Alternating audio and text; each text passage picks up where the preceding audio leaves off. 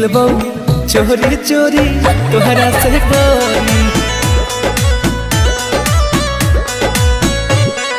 पागल कइले रूपवा बा तोरी मिलबो चोरी चोरी तोहरा से गोरी। पागल कर दे की